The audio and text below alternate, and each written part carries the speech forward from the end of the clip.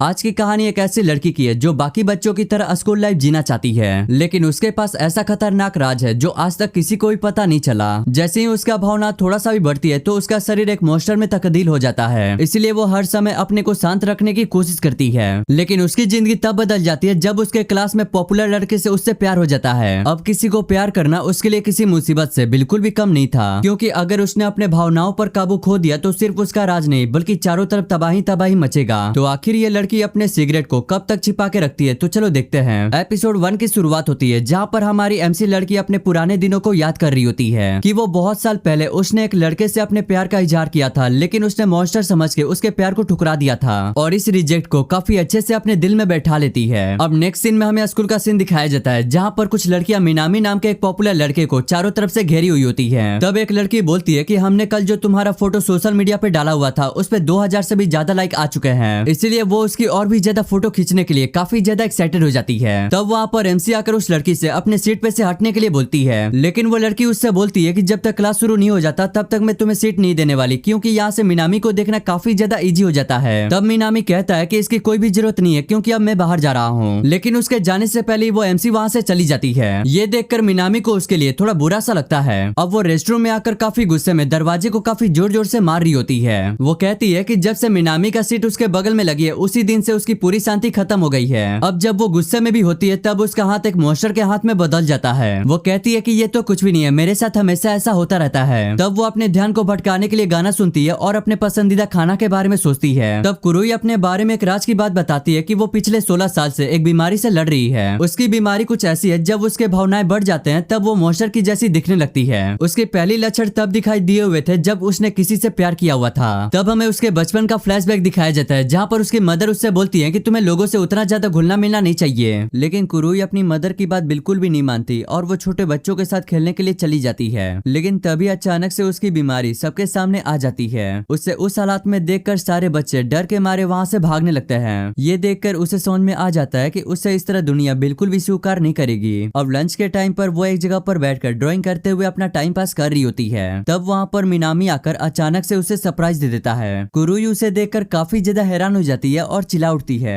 Minami कहता है कि लोग उसके आसपास हमेशा रहते हैं, इसलिए वो थोड़ा सा सुकून पाने के लिए वो यहाँ पर छिपने के लिए आया है। तब उसकी नजर उसके ड्राइंग के ऊपर जाती है और उसके ड्राइंग को देखकर काफी ज्यादा तारीफ करता है, पर कुरुई घबराते हुए अपनी ड्राइंग को छिपाने लगती है। तब मिनामी उससे पूछता है कि आखिर तुमने ड्राइंग में ग्रे ही कलर क्यों इस्तेमाल किए हो जबकि तुम्हारे पास इतने सारे कलर हैं। कुरुई कहती है इससे क्या फर्क पड़ता है, शायद मुझे यही कलर पसंद हो। तभी मिनामी उसके काफी क्लोज होकर उसके बगल में बैठ जाता है। ये देखकर कुरुई अपने मन में बोलती है क्या इसे और कहीं जगह बैठने को नहीं मिला क्या। तभी मिनामी डाइट कोला निकालते हुए बोलता है सच कहूँ तो मुझे भी कभी कभी अकेले रहने का मन करता है। कुरुई अपने मन में कहती है आखिर एक पॉपुलर लड़का ऐसे क्यों कह रहा है, मुझे लगता है कि वो मेरे मुंह से अपनी तारीफ सुनना चाहता है। इसीलिए वो उससे कहती है कि अगर तुम्हें फोटो खिंचवाना पसंद नहीं है तो तुम उन लोगों को मना क्यों नहीं कर देते। मिनामी कहता है कि देखा जाए तो तुम्हारी बात भी सही है, क्योंकि आज तक मैंने उन लोगों को कभी मना नहीं किया, लेकिन अब से मैं उन लोगों को मना करूंगा। अब मिनामी क्लास में जाने से पहले कहता है कि बाहर काफी ज्यादा ठंडी है, बीमार मत पड़ जाना, इसीलिए वो उसे स्कार्फ देकर चला जाता है। कुरुई हैरान होते हुए सोचने लगती है कि आखिर ये पॉपुलर लड़का मुझसे इतना अच्छे से बात क्यों कर रहा था, क्या इसे कुछ मिलने वाला है। तब वो सोचने लगती है कि कहीं उस लड़के का उन लड़कियों से मन भर चुका है, इसलिए वो मुझे टारगेट कर रहा है। इसलिए वो भागते हुए जाती है और मिनामी के चेहरे पे स्कार्फ को फेंकते हुए बोलती है कि मैं बाकी लड़कियों की तरह नहीं हूँ जो तुम मुझे बुद्धू बना लोगे। अब कुरुई घर पहुंच जाती है और तभी मदर उससे पूछती है कि घर आते ही तुमने आवाज क्यों नहीं लगाई, तुम्हें पता है ना तुम्हारी वजह से मैं काफी ज्यादा परेशान हो गई थी। ये बोलने के बाद कुरुई को अपने गले से लगा लेती है, पर तभी उनकी नजर कुरुई के पीठ के ऊपर जाती है। कुरुई उनसे छुड़ाते हुए कहती है कि ये तो मेरे साथ हमेशा होते रहता है। मदर उससे कहती है लेकिन आज ये निशान तुम्हारे पीठ पर कुछ ज्यादा ही दिख रहा है, इसलिए उसकी मदर न उसके लिए काफी ज्यादा चिंता कर रही होती है। इसके बाद कुरुई मिरर में निशान को देखते हुए कहती है अगर ये हमेशा के लिए ऐसा ही रह गया तो क्या होगा, लेकिन अगर वो सच में एक मॉन्स्टर बन गई तो उसके जिंदगी में कुछ भी फर्क नहीं पड़ेगा, क्योंकि उसकी लाइफ पहले से ही बेरंग है। अगले दिन मिनामी कुरुई के जगह पर बैठा होता है। कुरुई उसे देखकर काफी ज्यादा हैरान हो जाती है कि ये बंदा अब यहाँ पर क्या कर रहा है। फिर भी कुरुई उसके बगल में आकर बैठ जाती है, क्योंकि वो नहीं चाहती कि मिनामी समझे कि वो मुझसे बच रही है। तब मिनामी उससे कहता है कि कल तुमने जो बात कही थी मैं उसके बारे में काफी ज्यादा सोचा, इसलिए अब मैंने तय कर लिया है कि कुछ भी डिसीजन लेने में अब बिल्कुल भी टाइम नहीं लगाऊंगा। और इसी खुशी में वो अपने ओर से प्रीमियम केक का ट्रीट देता है। कुरुई इसके लिए तैयार हो जाती है, क्योंकि उसे खाने के लिए प्रीमियम टिकट लगता है और मिनामी पॉपुलर है तो शायद इसे टिकट मिल गया होगा।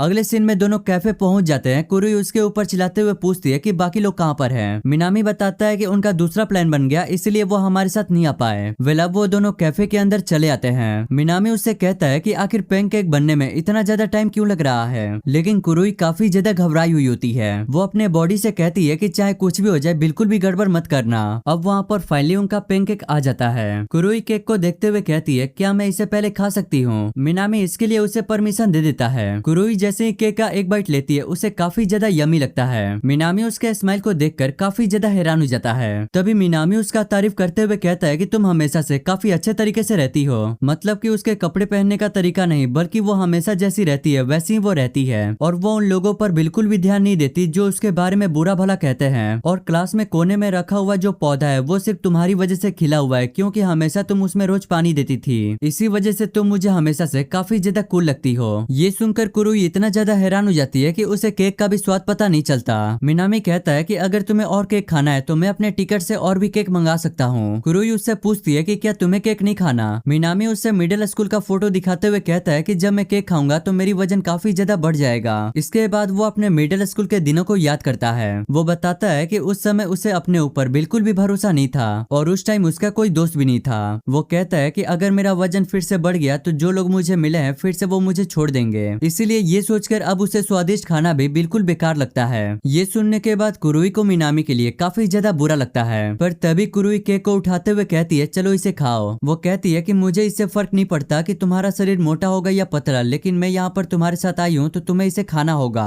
वो कहती है कि भले तुम्हें लोग छोड़कर चले जाए, कम से कम एक इंसान तो तुम्हारे पास रहेगा ही, इसीलिए वो उसे चिंता छोड़ के केक खाने के लिए कहती है। तब मिनामी उसके हाथ से केक को खा लेता है और कहता है ये काफी ज्यादा स्वादिष्ट है, जो देखकर कुरुई काफी ज्यादा हैरान हो जाती है। फिर वो कहती है जो भी हुआ अच्छा हुआ। वे लोग कैफे के बाद और भी जगहों पर घूमने के लिए जाते हैं और कुरुई वहाँ पर काफी ज्यादा खुश नजर आ रही होती है। इसके बाद हम देखते हैं कि काफी ज्यादा रात हो जाती है और दोनों जेब्रा क्रॉसिंग पे चलने का इंतजार कर रहे होते हैं। तब मिनामी उससे पूछता है कि तुम ठीक तो हो, क्योंकि तुम मुझे बिल्कुल भी ठीक नहीं लग रही। इसीलिए वो उससे कहता है कि अगर तुम्हें कुछ प्रॉब्लम है तो मैं तुम्हें घर छोड़ दूंगा। कुरुई उसे मना कर देती है और कहती है कि नहीं, मैं खुद घर चली जाऊंगी। तब वहाँ पर वो दोनों लड़कियां आकर मिनामी को पीछे से आवाज लगाती हैं, लेकिन जब उन्हें पता चलता है कि मिनामी कुरुई के साथ है तो वो काफी ज्यादा हैरान हो जाती है। फिर वो मोबाइल निकालते हुए बोलती है, ये तो बहुत बड़ी खबर है, मुझे सबको बताना होगा। वो अपने मन में कहती है कि मुझे पहले ही से पता था कि ऐसा कुछ होने वाला है। पर तभी मिनामी उसके हाथ को पकड़ते हुए बोलता है, तो चलो यहाँ से चलते हैं। जो देखकर कुरुई काफी ज्यादा हैरान हो जाती है और उसे रुकने के लिए कहती है। वो नोटिस करती है कि अब उसका हाथ एक मॉन्स्टर में ट्रांसफॉर्म हो रहा है, इसीलिए वो उसके हाथ को छुड़ाकर जल्दी जल्दी वहाँ से भागना शुरू कर देती है। वो जैसे ऊपर आके अपने को शांत करने की कोशिश करती है, पर तभी उसके हाथ से वो रॉड टूट जाता है। फिर वो पानी के अंदर गिर जाती है। वो खुद से कहती है कि अब मुझसे ये बिल्कुल भी सहा नहीं जा रहा। ये बोलती है उसका बॉडी ट्रांसफॉर्म करना शुरू कर देता है। इधर मिनामी चारों तरफ कुरुई को ही ढूंढ रहा होता है, लेकिन तभी उसके बगल में एक बहुत बड़ा काइजू अपीयर हो जाता है। मिनामी उसे देखकर काफी ज्यादा हैरान हो जाता है। कुरुई अपने मन में कहती है कि मिनामी जैसा लड़का मेरे जैसे लड़की को अब बिल्कुल भी स्वीकार नहीं करेगा। तब हम देखते हैं कि चारों तरफ सिर्फ टीवी में उस मॉन्स्टर की ही बात चल रही होती है। मदर भी गाड़ी में बैठते हुए बोलती है, कुरुई तुम सच में काफी ज्यादा बड़ी हो गई हो। इधर मिनामी को कुरुई का पड़ा हुआ बैग मिलता है। तब मदर मिनामी के पास पहुंच जाती है और कुरुई को आवाज लगा रही होती है। मिनामी उसे बताता है कि आप जिसे ढूंढ रही है वो पानी के अंदर गिर गई है। मदर बताती है कि वो लड़की मेरे पड़ोस की है, इसलिए मैं यहाँ पर आ गई। आगे मदर उसे यहाँ से जाने के लिए बोलती है और वो भी बोलती है कि मैं यहाँ से चली जाऊंगी। पर तभी मदर नोटिस करती है कि उसके कार में वो डॉग है ही नहीं जो उसके साथ आया हुआ था। तब वहाँ पर मिलिट्री वाले लोग भी आ जाते हैं और वो सब मिलके कुरुई के ऊपर हमला कर देते हैं, लेकिन उनके हमले से कुरुई को कुछ भी असर नहीं हो रहा होता।